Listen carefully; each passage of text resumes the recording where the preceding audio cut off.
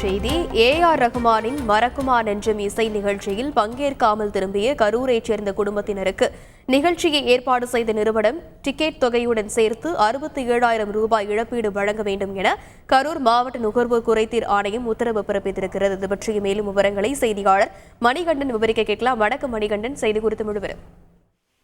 வணக்கம். கரூர் சின்ன Andankovil road Tirupati lay out பகுதியில் குடியிருக்கும் அஸ்வின் மணிகண்டன் என்ற குடும்பத்தினர் கடந்த ஆண்டு ஆகஸ்ட் 12ஆம் தேதி சென்னையில் இசையமைப்பாளர் ஏ.ஆர். ரஹ்மான் இசை நிகழ்ச்சியில் குடும்பத்துடன் கலந்து கொள்வதற்காக விளம்பரம் செய்ததன் அடிப்படையில் அதை நம்பி 12,000 செலுத்தி அதற்கான நுழைவுச் சீட்டை பெற்றனர். அதே சமயம் அந்த தேதியில் நிகழ்ச்சி நடைபெறாமல் ரத்து செய்யப்பட்டது. இதனால் ஏற்பாட்டாளர்கள் மீது பெரும் அதிருப்தி ஏற்பட்டது.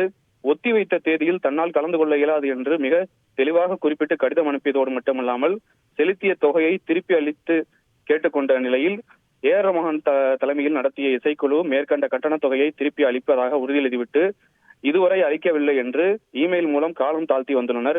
இதன் அடிப்படையில் தொகையை திருப்பி செலுத்தாத அந்த நிறுவனம் மீது கரூர் மாவட்ட நுகர்வோர் குறைதீர் ஆணையத்தில் அந்த அஸ்வின் குடும்பத்தினர் புகார் அளித்து வழக்கு தொடர்ந்தனர்.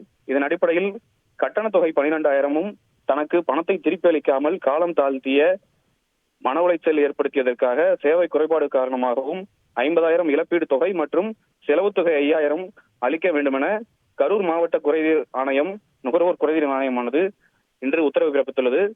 அந்த தனியார் நிறுவனமான ஏசிடிசி ஸ்டுடியோ பிரைவேட் லிமிடெட் என்ற தலைமை அலுவலகத்திற்கு உரிய அழைப்புகளை அனுப்பியும் அந்த அழைப்பினை பெற்றுக்கொண்ட அவர்கள் நேரில் ஆஜராகி விளக்கம் அளிக்காத நிலையில் இந்த அபராதம் விதிக்கப்பட்டுள்ளது.